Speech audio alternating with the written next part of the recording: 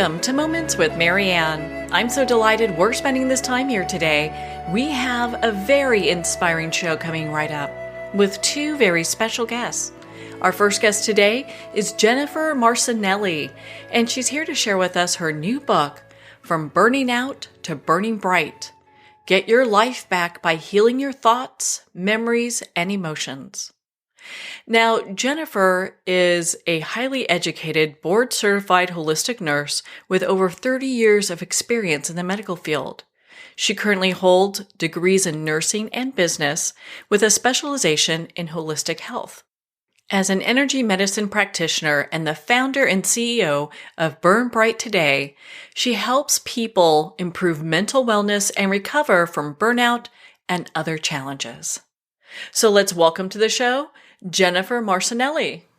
Well, thank you so much for having me, and hello from Houston. Oh my goodness. I am so glad that we get to talk about your book. I absolutely loved this book.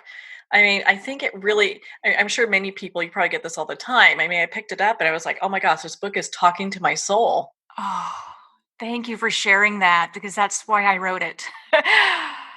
I was hoping, that it would provide a soft place for people to land who have been where I was then, or who are now where I was then. So thank you for that. That's deeply meaningful to me. Oh my goodness. Well, and so why don't we talk about, what inspired you to write this book at this time? I think it came from deep within, that it was time to tell my story in a way and in a time where these type of challenges and intense challenges that many of us are facing today, I feel like it needs to be out in the public, not with just the connection over the challenges themselves, right?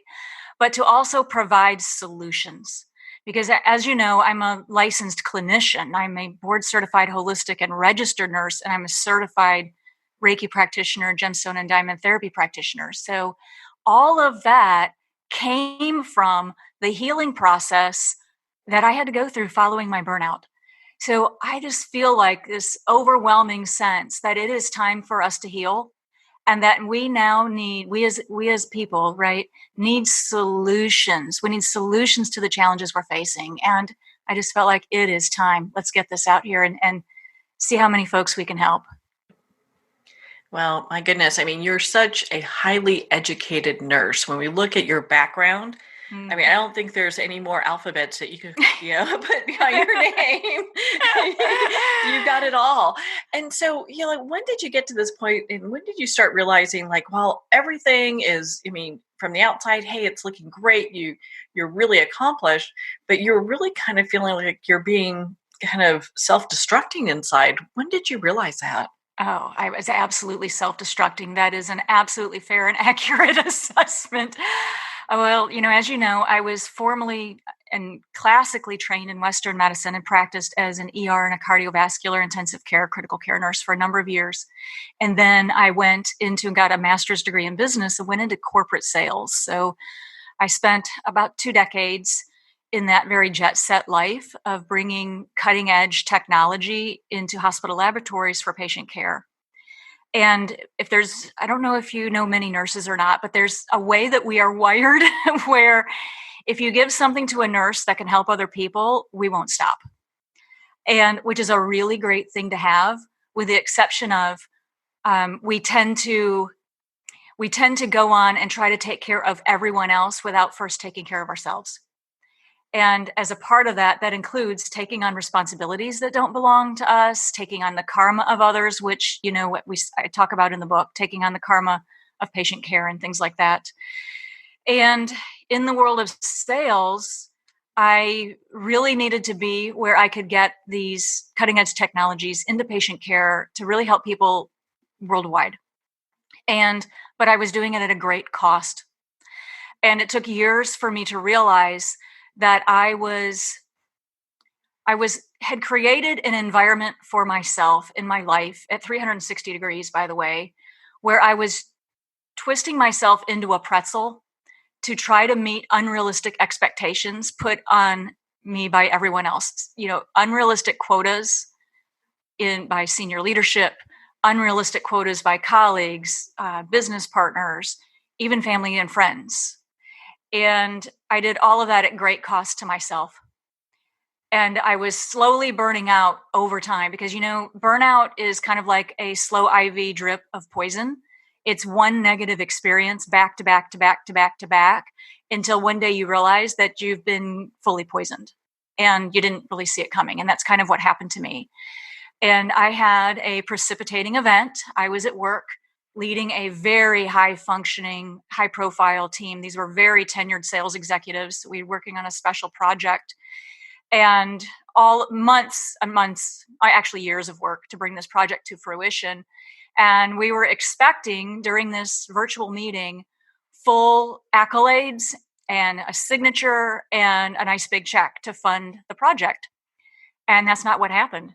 We got on this virtual call together, and the direct manager, the gentleman in senior leadership that I directly reported to at the time,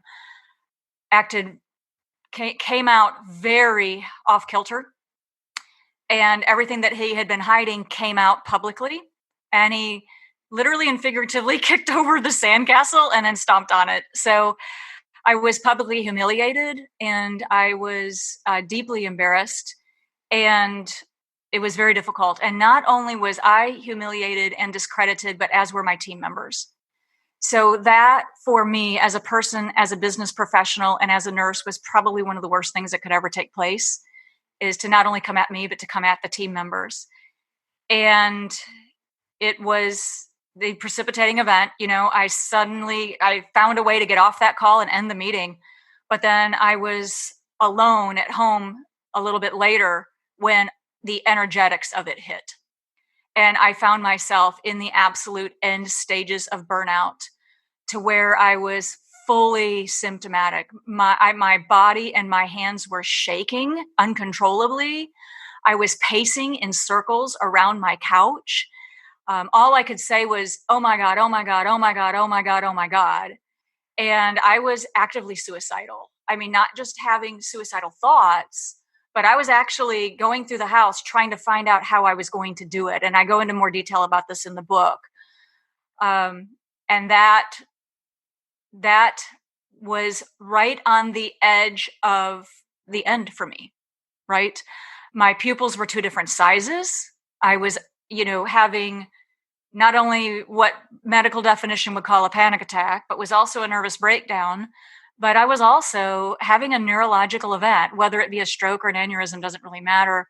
The point is that the energetic damage that I had sustained from all of that hate and anger and jealousy that had been projected on me, and that I had projected on others, and that which I had projected on myself, had come all the way down into the physical body, to the point where I was actually dying. And it's not that I wanted to die, but I actually was dying. And that it took, for me, that extreme case, because I'm a really slow learner, and it had to build up to that intensity for me to get it, to make me change my life. And it did. And the point was made, and that was the event, the big turning point for me, if you will. Yeah, it's I think a lot of people go through that when your identity is so wrapped around what it is that you do. And that's like, we get up, we go to work, and we just strive to do the best job possible whenever, just throughout our day. And then to be hit with such criticism I think a lot of people can really take that to heart. Yes, you're so right. I was deeply identified with my designations, my licensure as a nurse, because, as you know, licensed clinicians are also held legally responsible, right? So we adapt that as well. And then in sales, I had also identified with my ability to overachieve, because in sales, oftentimes it's set up so the harder you work, the more money you make. But then the trick is every year they readjust the quotas and make it that much harder for you to make the same money as you were making last year, and make it that much harder to actually get paid. So it was this conundrum, right? This vicious cycle of trying to help people, trying to make a living, and trying to feel worthy of making the living I was making, which sounds just crazy, but that's the world I was living in. And it had to end for me. I had to completely change my life and change my direction. Yeah, that's such a tough place to be in. I can understand. I mean, when I worked in sales, you'd just work as hard as you could, and you'd hit certain goals, and then they would come out and say, "Okay, that was okay. Now we're bumping it up 5% next year." And you're like, "I just killed myself to do this," Right. So, With the illusion of incentive prizes and incentive trips. Because where I was in sales, it wasn't good enough just to make your quota. And I carried the highest quota in the company 4 years in a row. And every year I made what was called President's Club. And President's Club at the time was not only quota, you had to be like top 10%, or you had to be greater than 150% to plan. But there was also this underlying culture that if you weren't in President's Club, you weren't good enough. So nothing, the proverbial line kept getting moved in every direction to the point where, I imploded. yeah, well, I mean, that makes a lot of sense. And, and it's interesting because I understand your book is actually getting a lot of buzz around nurses. It is. Why is that? I think, first of all, no one understands a nurse better than another nurse. And there's something that happens when we incarnate into nursing, because nursing is a vocation. It's a calling. And many nurses are holistic by nature, and many nurses are actually healers. Not all, but many are actually healers. So I think that there's kind of like a sisterhood and a brotherhood, if you will, underlying everything that a nurse actually goes through. And I think you actually have to have worked in the field. And for example, if you go to the story in my book about the critical care patient, Lisa, when you get to that point, to where everything you're being asked to do things that are wrong. Nurses, being holistic, are also highly intuitive, and we're closest to the patient. And we rely heavily on our intuition. So a very, very good critical care or ER nurse, or any type of a nurse, knows when their patient is not doing well. And we will know that long before the instrumentation or the laboratory test or the diagnostics give us that information. It's an intuition. It's a gift. It's a part of what we've been born with. And part of the problem in the burnout in nursing in particular comes from that we are asked to do, not just asked to do, made to do things for patient care that we know isn't good for that patient at the time. And it goes against our inner guidance or our intuition.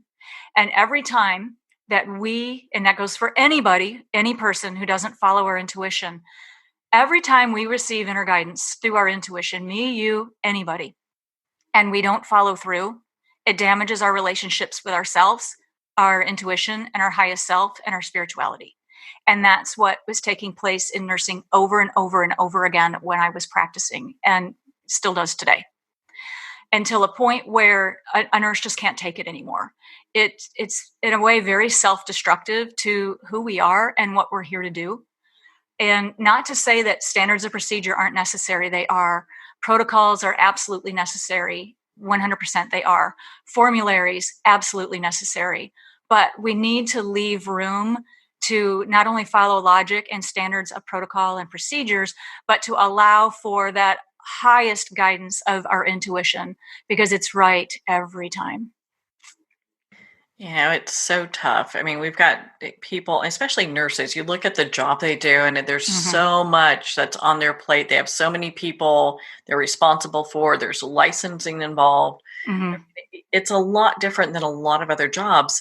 And when we look at, I know in your book, you talk about the difference between like just normal stress and burnout. And I'd love for you to share that with our listeners, because I think a lot of times we get in this place with the jobs we do too. And it's like, wait a minute, Am I Right. just stressed out, or am I actually like burning out and I can't do this anymore? Right, right. So burnout is a continuum, meaning that it has a wide range.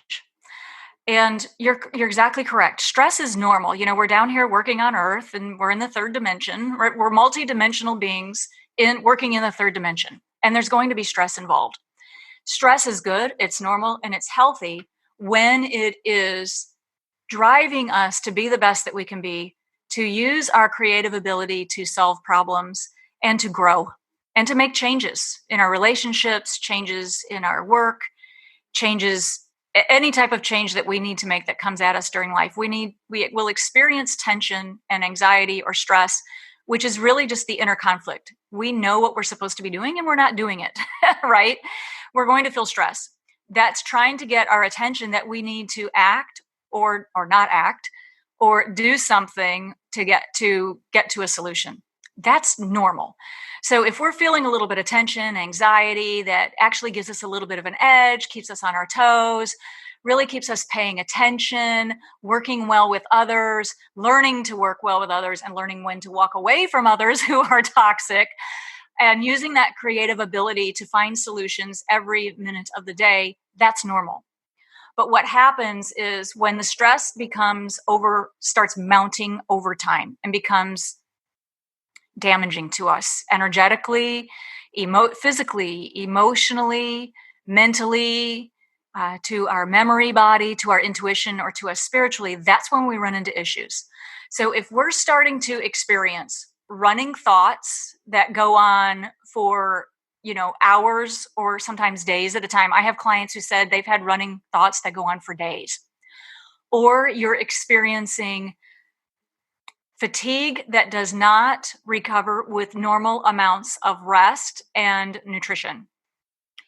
Or insomnia, difficulty sleeping or staying asleep that is not explainable. There are times where we might need to be awake a little bit more during the middle of the night, especially, for example, if we're doing experiencing a spiritual awakening or something like that.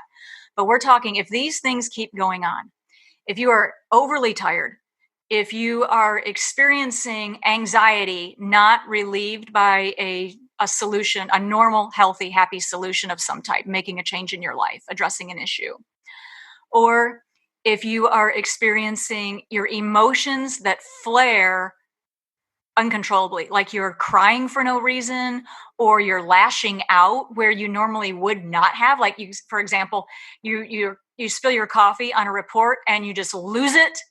Okay, that's something different. That's a warning sign.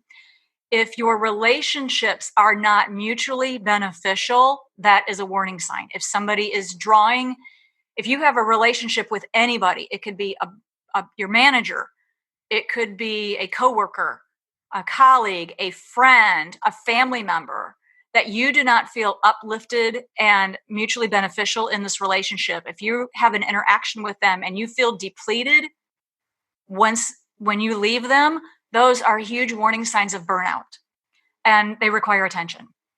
So depending on where you are in that continuum depends on what type of solution you may need to start looking at. Do you need something small? If you're experiencing mild symptoms, maybe you need to adjust your diet, adjust some relationships, get some rest, and adjust your exercise regimen.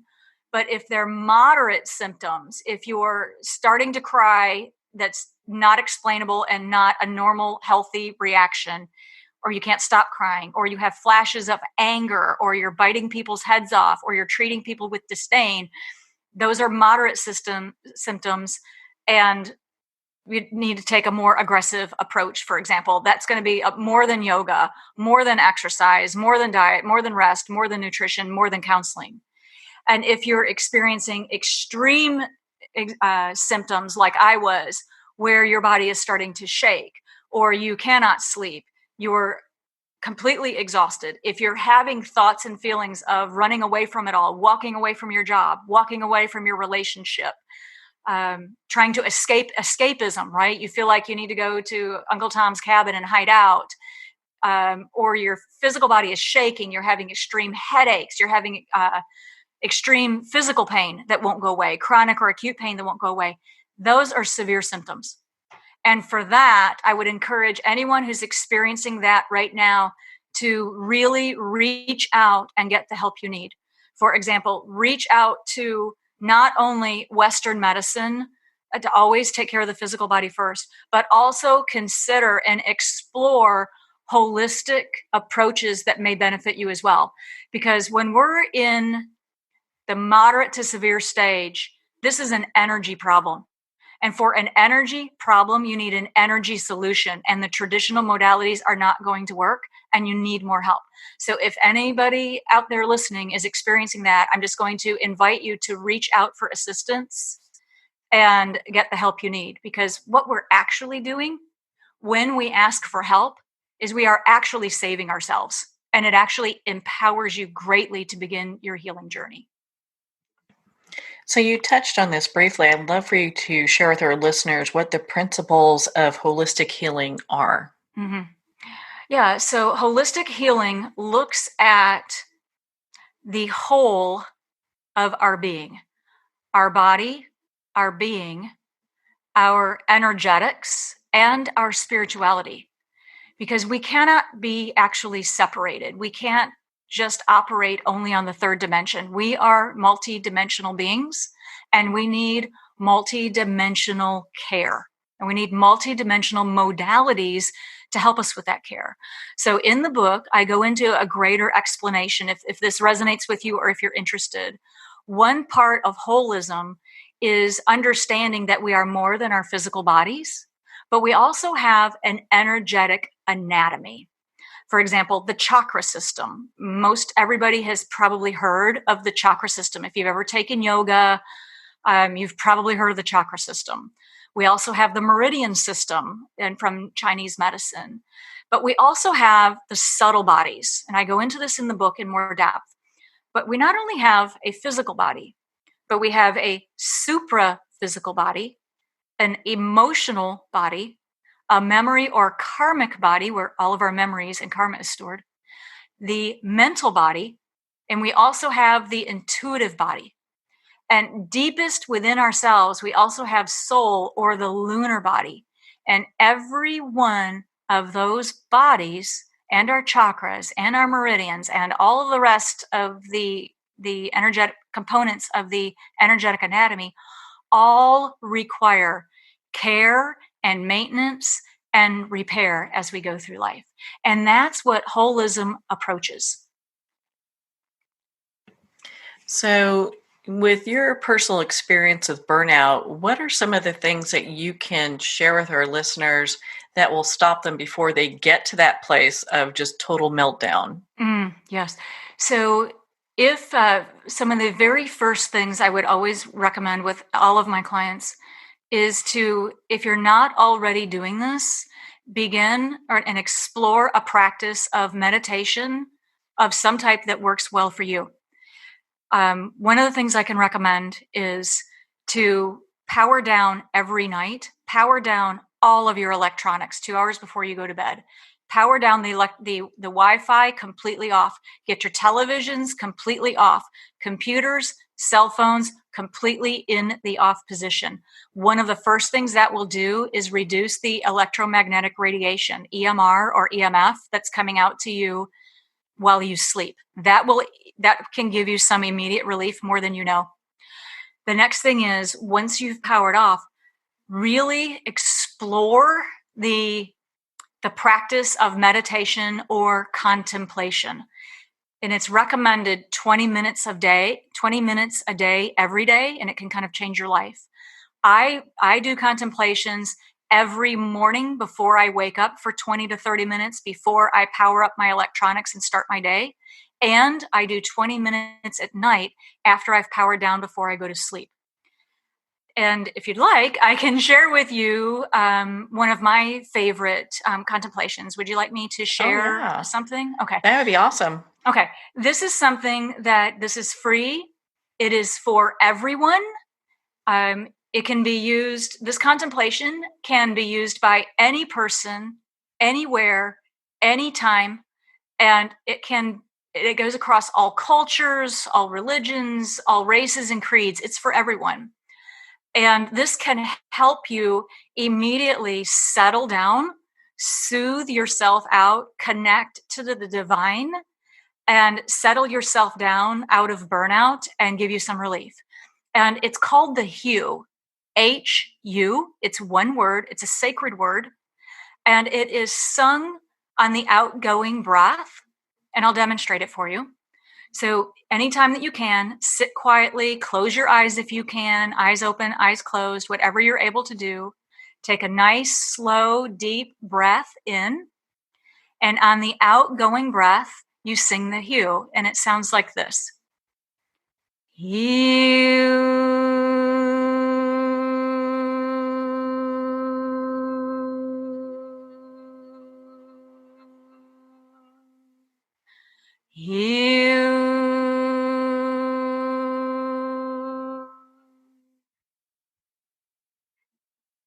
And you can do this 20 to 30 minutes a day, or even minutes at a time if you need it. Driving in the car, if you're in a meeting, if you're at your desk, you could always sing it quietly to yourself, and no one needs to know what you're doing, but it can really help you soothe and settle and help you connect to the divine.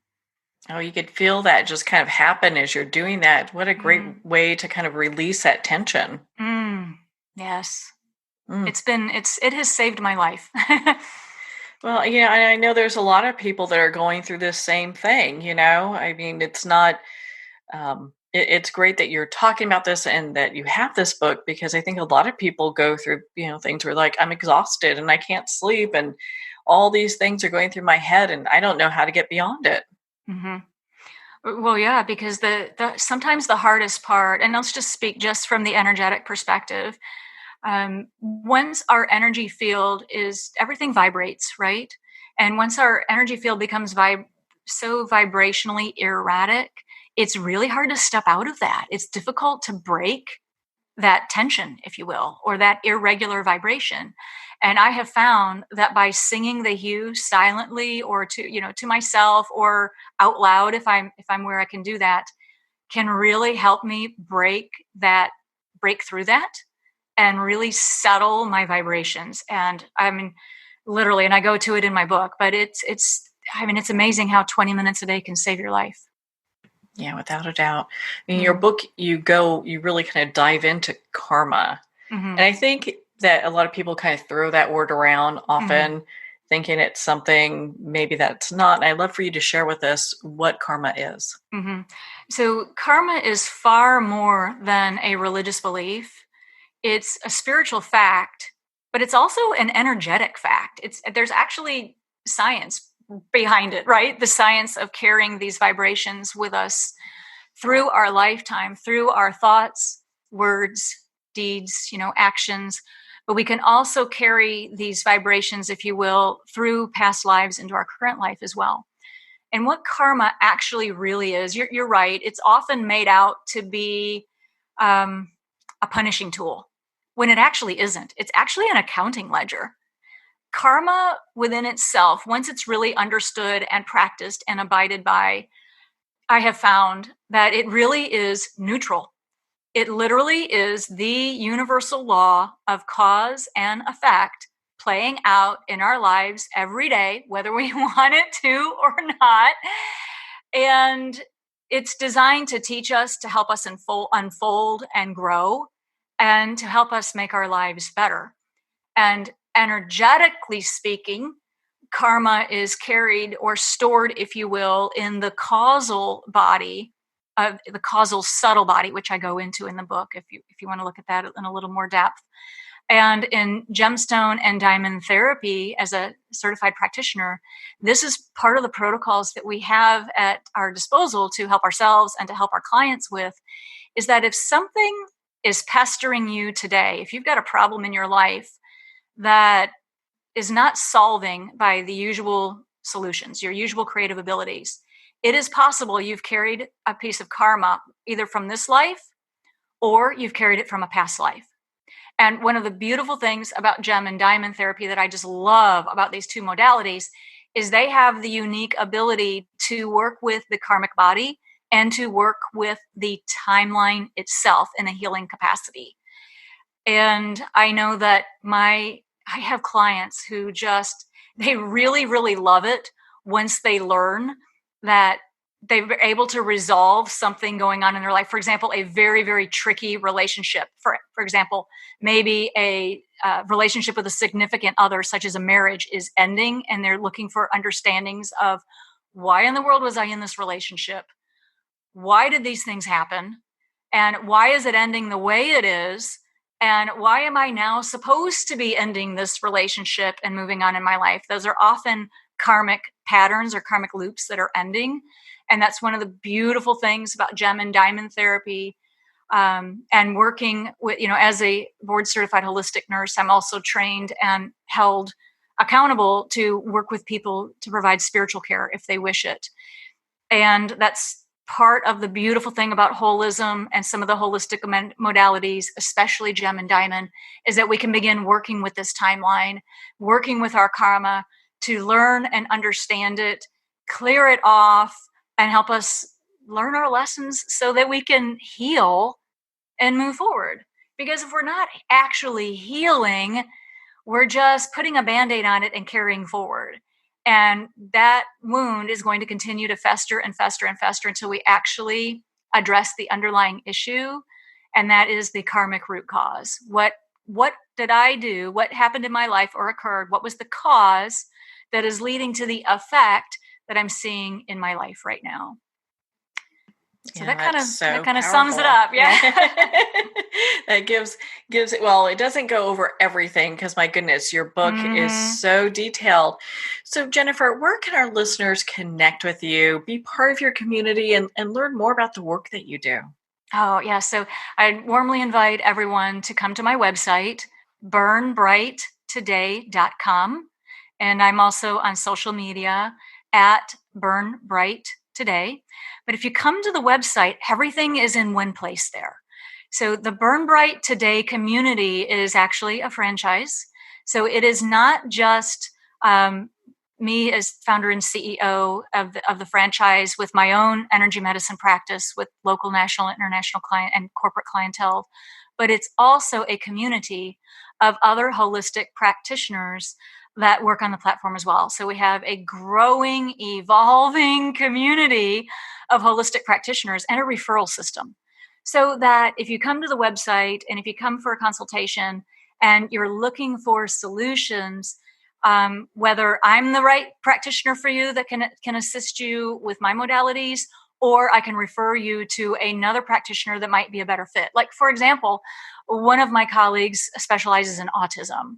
Another one of my colleagues specializes in head injuries, for example. And some of my colleagues then specialize in maybe pediatrics, something like that. But on the website, there is a wealth of free information there for you. There's a full blog that's been running for quite some time. Lots of really good information there, as well as all of my publications. My national media appearances are on the media page and is searchable. So if you have something in particular you're studying or looking for information on, for example, karma, you can actually search it, kind of make it easy. And if this resonates with you, and if you're looking for assistance and you're looking for help, I warmly invite you to just book your free consultation. We'll set up a time to talk. We'll get on the phone for 15 minutes. I want to hear what's going on. I want to understand what's going on with you, what you're facing, and then learn if there's something we can do to support you, or if we can give you a referral to help you get the support that you are looking for. So I warmly invite you to come on over to burnbrighttoday.com. Well, Jennifer, thank you so much for taking the time to be on the show with us here today. Oh, thank you so much for having me. And thank you so much for burning bright. You are a beautiful, shining diamond. Oh, well, thank you, Jennifer. My goodness, you're such a bright light yourself. I'm so glad we got to spend this time together. And of course, to talk about your new book, From Burning Out to Burning Bright. And also your website, burnbrighttoday.com. Well, on that note, we're going to pause here for a quick break. You've been listening to Moments with Marianne. We'll be right back after these messages.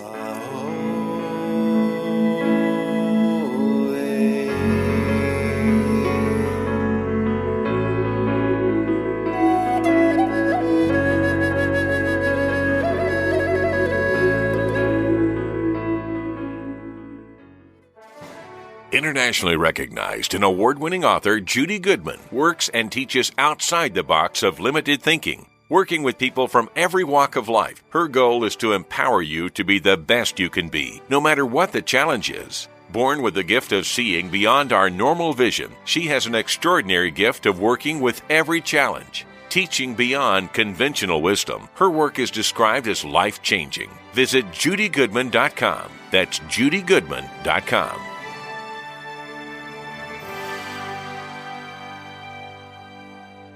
There comes a moment when you realize you're somewhere special.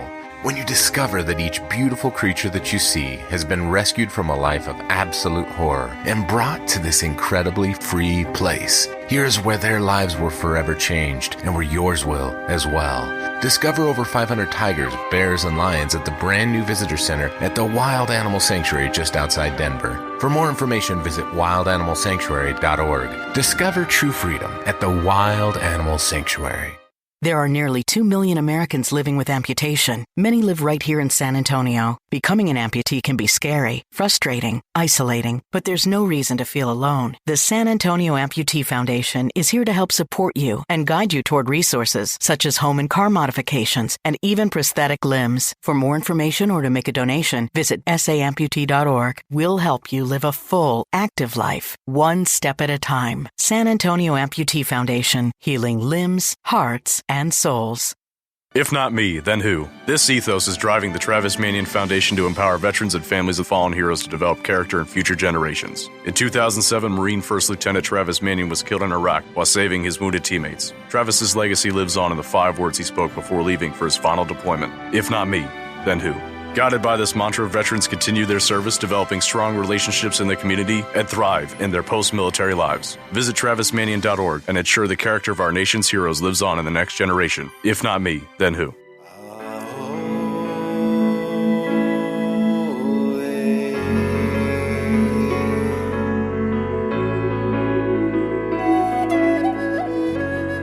Welcome back to Moments with Marianne. We're here today with our next special guest, Tami Lynn Kent, and she's here to share with us her new book, Wild Feminine: Finding Power, Spirit, and Joy in the Female Body. Now, Tami is a holistic women's healthcare provider with a master's degree in physical therapy, advanced training in multiple bodywork techniques, and the ability to read energetic patterns in the body. She's a founder of Holistic Pelvic Care, maintains a private practice, and an international provider training program in Portland, Oregon. So let's welcome to the show, Tami Lynn Kent. Thank you, Marianne. You know, what an honor it is to have you here and to talk about this book. I've got to ask you, what started you on this path? Well, it was working with women's bodies and being, initially I'm a women's health physical therapist, which people may or may not know what that is. It's a specialty of physical therapy, and you work on the pelvic bowl primarily and work with all kinds of pelvic issues. And so I started out almost more like a fixer, like I'm working on the pelvic muscles, trying to fix things. But when I put my hands on women, I was amazed at the power of the energy in that space. It's incredibly creative. It's why babies come from this space. And yet a lot of us aren't really using that potential. And so I started looking for books that would kind of help me understand what I was feeling, this potential, and how to access it. And I couldn't find anything in anywhere. The closest was Women's Bodies, Women's Wisdom by Christian Northrup. She does a beautiful job of starting to talk about the power of this space. But in general, even in energy medicine, people will just talk about root chakra and not really get into the ovaries and the womb and break it up. So I ended up going in deep in my own study of the body and just really listening over years. And that resulted in Wild Feminine, which is a translation of body medicine, body energy medicine, how to take care of ourselves, how to tap into the true feminine, and how to repair patterns that maybe didn't serve us. I'm so glad you shared that, because a lot of people, they don't want to talk about this because it seems like it could be a touchy subject, or even in some ways a little bit still taboo. Right. And I think part of that is, first of all, there's a lot of shame around the pelvic bowl, and maybe that's a variety of reasons. A lot of people have experienced trauma there. There's also just the fact that cultural shame, we're not always as open about that part of the body, or it becomes too sexual, or it becomes sexual before it's even just our own body. And so, really, underneath that, though, is this powerful, grounded, rooted with the earth, kind of cyclical medicine that is so important for every woman to tap into. And if there's any resistance, usually those are layers. When we're born and we're babies and little toddlers, we think all of our body is amazing. So somewhere along those layers maybe get in there. But as soon as you clear those layers out and you get past the shame or any resistance, you really see the beauty and the power that's there. And that's been my experience. That's why the subtitle of Wild Feminine is Finding Power, Spirit, and Joy in the Female Body, because no matter what a woman has experienced, no matter trauma or anything, really underneath there is power, spirit, and joy that is her birthright to access. So I've witnessed that in countless women where we've gone on a journey to just tap back into that. And the Wild Feminine came out of that desire to help guide women back to that place in themselves. So what does it mean to really recognize our own feminine? What does that mean? Right. That is something that first for me was more of a question.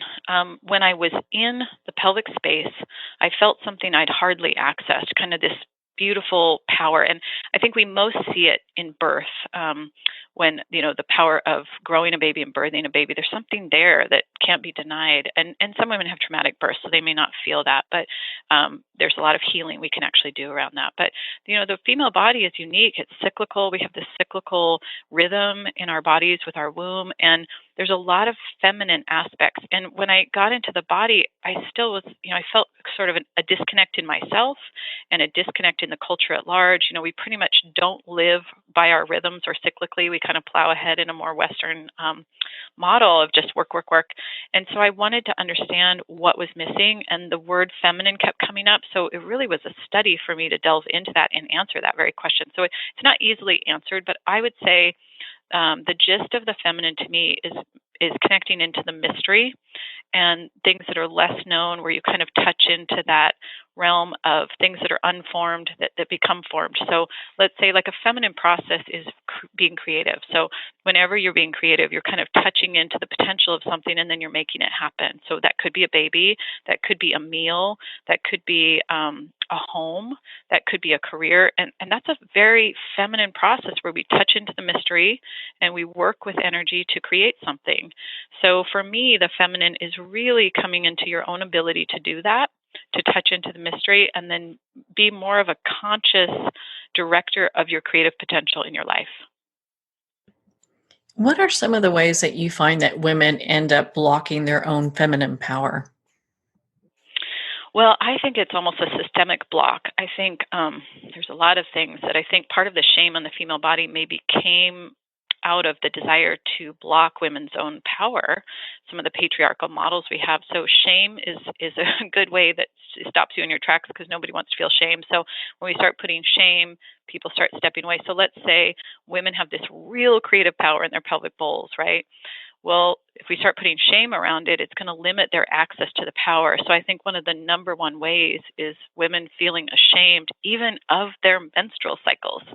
I talk about this I did a TED Talk, and it's called The Vagina Whisperer, Moving from Shame to Honor in the Female Body. And that subtitle I feel really strongly about. I hope, my prayer is that every woman looks at maybe where she's carrying shame around her femininity or her female body and really works to shift that to honor, because that is how we move from powerless to power. It's really true power when you start to honor your potential. You honor your body as sacred. You honor your own femininity, and how that also can transmute to masculinity, because we all have feminine and masculine traits. But when you take the shame out and you start working with where you have shame, maybe shame is around your expression. Maybe it's around your actual vagina or pelvic space. Maybe it's around your menstrual cycle. Maybe it's around your power. All of those things are really what I talk about in my TED Talk, is where women have shame is where their access to power is blocked, but also their antidote to unblocking their power. So powerful. My goodness, you kind of really open up that for discussion, because when we look at shame in general, especially with women and about our bodies, it could be the way our bodies look. It could be that we were sexually assaulted. I mean, there's so many things that could lead to that shame. Absolutely. And I think that's why, for me, shame is a really powerful thing. And, Brene Brown talks about this too. Like, shame is a powerful place to start coming into relationship. She talks about working with the vulnerability of shame and kind of recovering your personal power. So I think of taking this a step further into your own feminine ground, into your body, into where, if you've had abuse or how you feel about your body. I was working with one woman and I said, can you think of some places or you feel grateful or you said thank you to your body?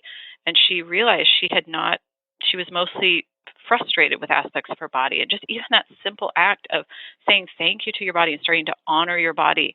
Shame can be a journey where you delve into it, but it also can be as simple as shifting that negative thought pattern into one of honoring, even if you don't really feel it. But if you just start saying, thank you to your body, thank you to your pelvis, thank you to, you go through your whole body and do a gratitude blessing, that is a powerful shift.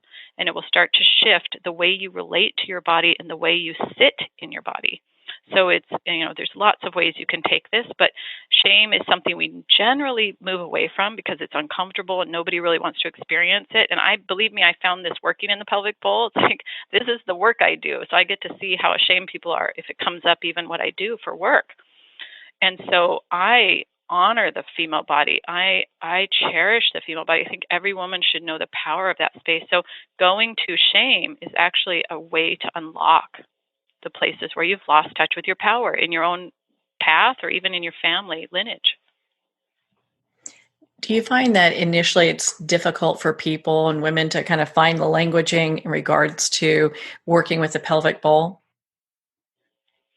I do, and partially that's why I ended up writing, I think, because when I first started, I was in more of a medical model physical therapy, and so the language was very anatomical and technical, and it didn't really tap into the beauty or the power or even the mystery that I saw with women, which was more of like a creative space.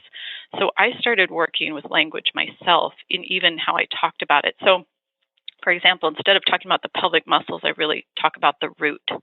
Instead of talking about the anatomical aspects of the pelvic bowl or the pelvis, I talked about pelvic bowl. And I started using words like bowl is something we use in the kitchen. It's a container. Women have been the basket makers and the bowl makers forever because we are the ones that held the energy of the family and the community. So a bowl resonates in a different way than if you're just talking about the anatomy. And so I started using words that were more earthy and more poetic to describe the beauty and the power that I saw there. And that's where wild feminine, even that term, wild to me means nature and the beauty of nature, that untapped place that we all have within us. So, the language was important to me because then it evokes something different. And a lot of wild feminine is stories, and stories also that are more lyrical or resonant so that we can get into this kind of meditative space with our body. So I encourage women to really just deepen their relationship with their body because for the most part, women either have a fractured relationship, a shameful relationship, or a partial relationship at best. And so it's like, okay, why don't we think of the body like a garden? And if you go in and you start to cultivate it and you start to nourish it and you start to work with it, you can start to cultivate and grow what you want to in your own field. It's a powerful thing to connect to that space a little more deeply. And it does equate to different ways of living. When women tap into their body, they take better care of themselves. They listen to themselves more deeply.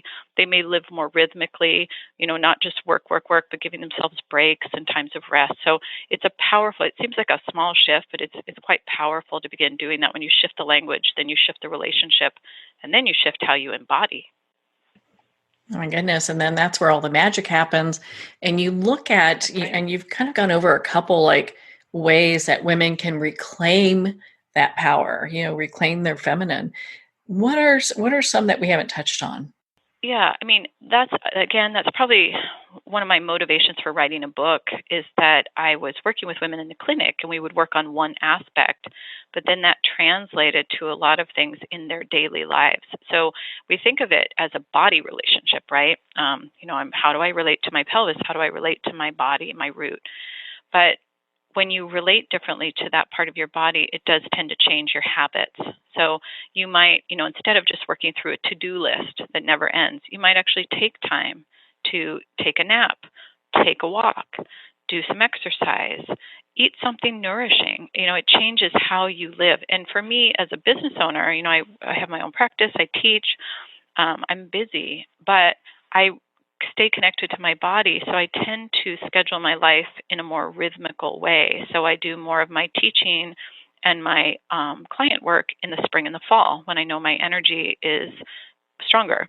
And then in the winter and the summer, I pull back a little bit and I work more on my own nurturance or my family.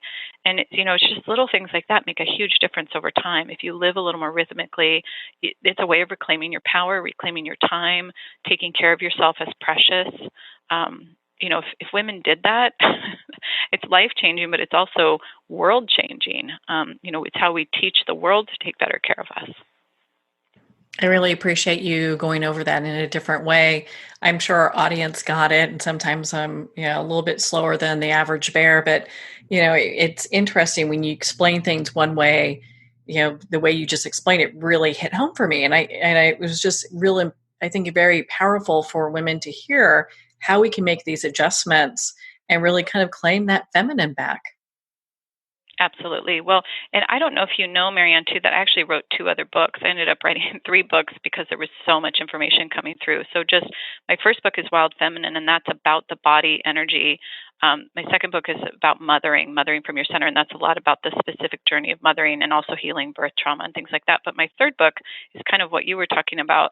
It's called Wild Creative, and it's how do you live a life from this place? Because I felt like the body connection was one piece, but then what does it look like to live more rhythmically or to incorporate the feminine into your life? And so Wild Creative talks about some strategies around that. So some of the things I just named, but you can really cultivate your energy flow just like you would cultivate a garden. And that's a way of taking back power, but you also will be better cared for when you do that. So in your book, and on this topic, you talk about energy flow. What is organ energy? I heard that and I was like, okay, this is new. I'm kind of really, I'm interested in this, Right. Well, it's interesting watching the culture shift because I'm in a book group. We've been in this book group for 20 years, and I was kind of the only one speaking energy language because I happened into it because I was doing body work, and then I got interested in Chinese medicine, where in Chinese medicine they talk about qi, which is life force, or in yoga we talk about prana. So it's a concept known among certain fields, but in my book club, nobody really was talking about that. But over time, it's entered mainstream more and more. So now my book club, everybody can kind of speak that language now and start to understand energy is a thing. It's not just imaginary. Some people break it down to breath, how you breathe and move your breath through your body. Again, in yoga, it's called prana. In Chinese medicine, it's called qi. So it's a way of revitalizing your whole body and really actually your energy field. And there are places that energy flows and places it gets blocked. And you can imagine the places of health in the body are the places where you have more flow. And so we can break it down to breath. When you breathe, it's the places where you're tight and you don't get as much breath, you don't get as much oxygenation or nourishment exchange in that part of your body. And it's similar with qi. Qi tends to follow the breath. So there's various aspects of energy throughout the body. And, without going into the layers of it, some people talk about chakras and, there's different places we can examine energy flow. But one of the places is in organs. And in Chinese medicine, this is an ancient practice of understanding that actually all your organs have qi and have qi flow and have qi cycles. The liver and the intestines, the kidneys, all these things do. So what I was interested in, because I was in the pelvic bowl, is the ovaries and the womb. And what I started to notice, particularly in the ovaries, because there's two and you can kind of palpate side to side, is that usually one of the ovaries would have a little stronger energy and the other ovary would be a little less strong. So I started to think about, can we change that so that they're both vibrant? And yes, we could, by directing people's breath to that area, by using a little bit of internal massage, by doing awareness exercises. You can actually, it's why there's practices like Qigong or Tai Chi. Have you seen people in the park kind of doing those slow movements? Mm-hmm. The idea is that increases your Qi flow. So what I was doing was using similar kind of techniques with breath and awareness to increase the Qi flow or the energy flow in parts of the body. And what was particularly interesting to me, the womb also is very interesting because that's a deep cycle in our bodies. But the ovaries were probably the easiest to feel because you could compare the two sides. And I wrote a whole chapter on ovaries in Wild Feminine that I had to just kind of do my own research on because I couldn't find anything in the greater literature really written about it. But it's that the left ovary tends to connect to the right brain, so it's the more creative sort of nonlinear side. And the right ovary tends to be more the linear, logical left brain connection. And I would notice that women that were a little bit more linear or sort of detail oriented or like to get their list done, they had a stronger connection on that right side, that right ovary. And women that were a little more dreamy and a little bit, less time focused and maybe somewhat more of like artist kind of personality, they tended to have more energy on the left side. So there's different ways you can play with this and start to actually, the goal is to really increase your Qi flow throughout your whole pelvis and obviously your whole body, but I was focused on the pelvis. So the organs have this Qi and we can increase it, and then we increase our health and we increase our connection to the gifts of that part of our body. Well, I'm so glad that you explained that. And that makes a lot more sense. You see people doing that kind of exercise and moving their chi. I mean, all of it kind of really does come together. You can see it. Yeah, and it's good to start to take charge. I think a little bit, if we think Western medicine, we kind of put our bodies in the hands of someone else that's the expert. And what I like about of course, all medicines have their gifts and their challenges. But what I like about holistic perspectives is you start to take a little bit more ownership back of this, again, reclaiming your power of working with your body, working with your body's chi, working with the flow in your body for health, for vitality, for joy. These are all very tangible, doable things. And, if we think of our women's health as just a pap exam, that detects changes when there's a problem. It doesn't really do anything. It's not a treatment or an intervention that is going to change the patterns we have in our body. So it's a mind shift to start thinking, I could start actually taking care of this powerful place. In fact, I might even want to harness some of the energy in this space or increase it so that my life feels more vital and empowered. And I've witnessed it time and time again as women get rooted in here and start working on their own patterns. They really shift how they are embodying not only their body, but their life. So how does organ energy play a role in the health of pregnancy? Yeah, it's, I would say that you want to have a strong organ chi flow always. But of course, when a baby's there, you're growing a body in your body. And so you want nice vital chi. I think usually because there's also a baby in there that is bringing in their own life force, a lot of times, not always, but a lot of times women actually feel pretty vibrant while they're pregnant. It's afterwards that they maybe don't feel as vibrant. So while I can certainly speak about pregnancy, what I've noticed is mothers often need more help postpartum because all of a sudden they've given birth and the baby is, has left, obviously, though they've given birth to the baby, and then they're kind of healing on the other side of it and not feeling so great. So organ health and organ chi is important for all stages of a woman's health, whether she's pre-pregnancy, pregnant, postpartum, hasn't had a baby, menopausal. You always want strong organ chi, and you want to have it even. So really strong chi on both sides, strong connection to the left ovary, strong connection to the right ovary. And this includes even if a woman has had surgery. or had an ovary removed or a uterus removed, that energy center is still there, and it's almost more important then because it's sort of like she tunes it out, but you want to actually revitalize the energy there and increase it. So at all phases, it's important.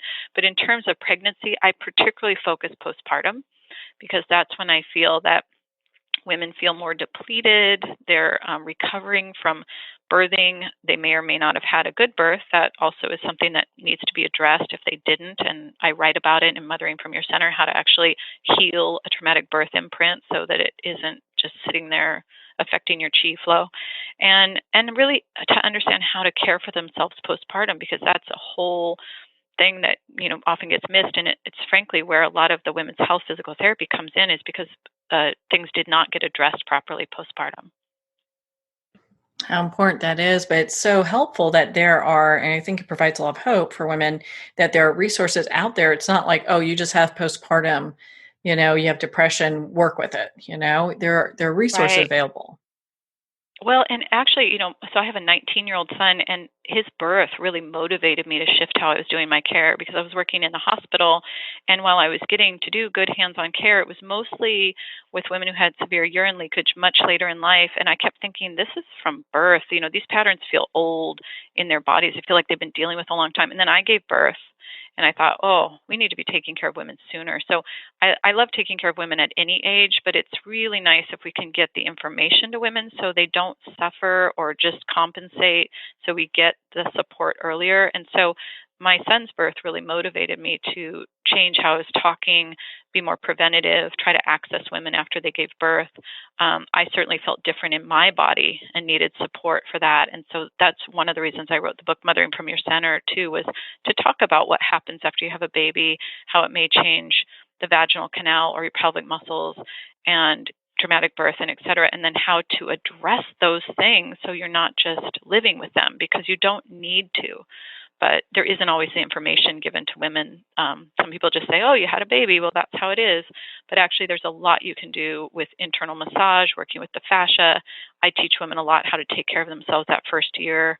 So I sit in kind of a post-midwife role, midwife after the baby comes, which is part of mothering the mother. And the more we take care of our mothers, the more we take care of the culture. So, what's some advice you can leave our listeners with today that they can use towards recognizing their wild feminine? Well, the first thing I would just say is every single one of you has this potential and this beauty within your body.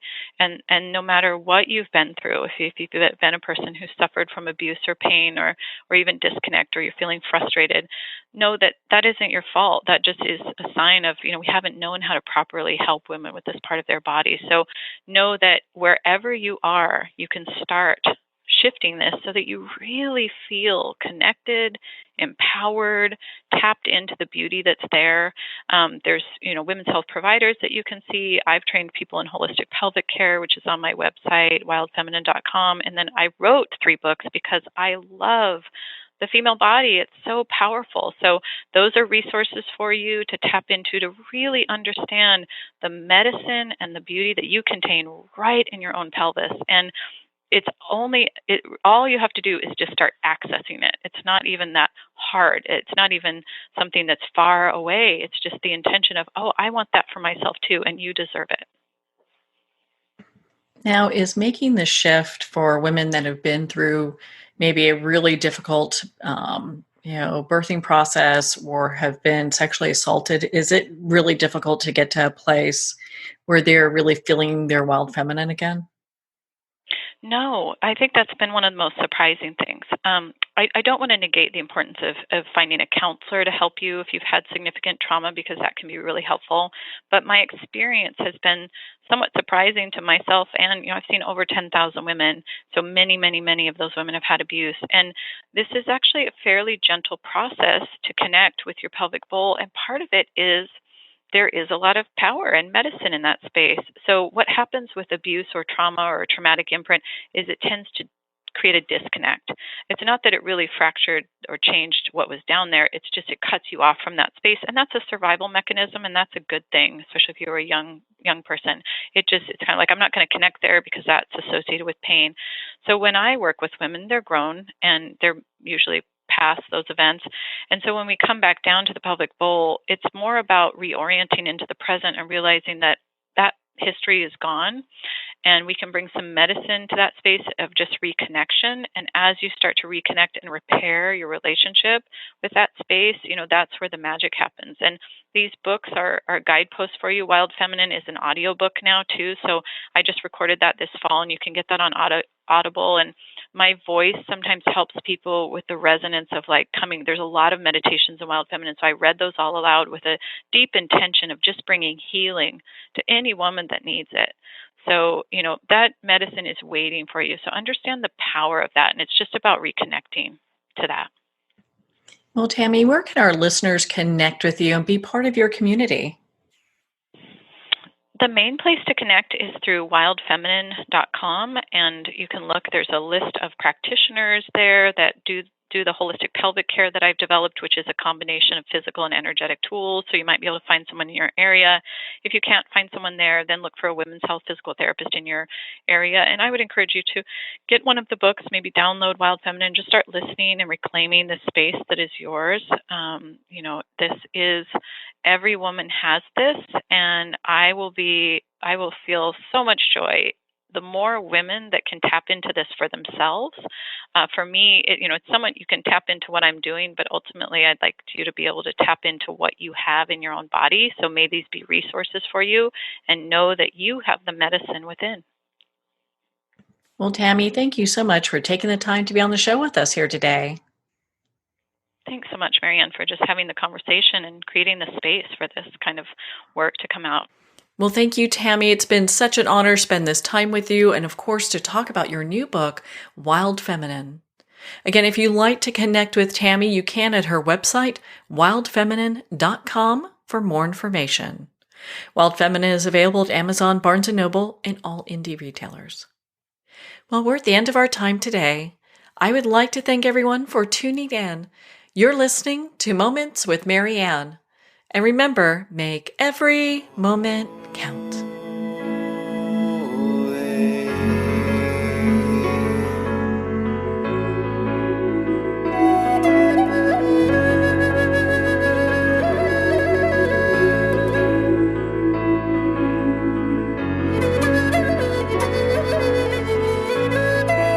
In a single moment, your life can change. Moments with Marianne is a transformative hour that covers an endless array of topics with the best of the best. Her guests are leaders in their fields, ranging from inspirational authors, top industry leaders, business and spiritual entrepreneurs. Each guest is gifted and a true visionary, a recognized leader in her own work, and while teaching others to develop, refocus, and grow, Marianne will bring the best guest and sometimes a special surprise.